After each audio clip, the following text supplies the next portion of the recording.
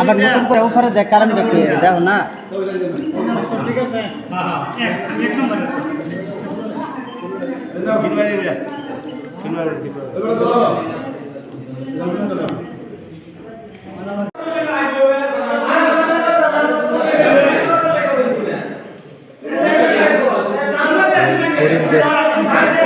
গরিবদেরকে চাল ডাল এগুলো দিবে, এরপরও তারা টাকা নিতেছে কি জন্য?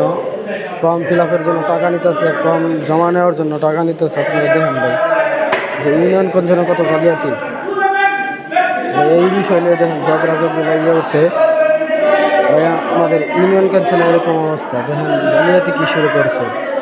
গরিবরা বর্তমানে কি ঠেকায় পড়ছে।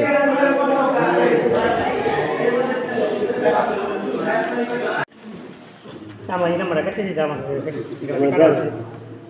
ঠিক আছে নাম্বার নাম্বার মানে আমি দেখতেছি নতুন পুরো নাম্বারটা কাটা হয়েছে ওখানে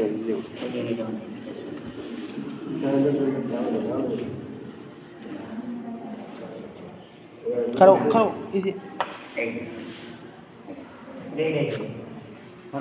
এবার ভাই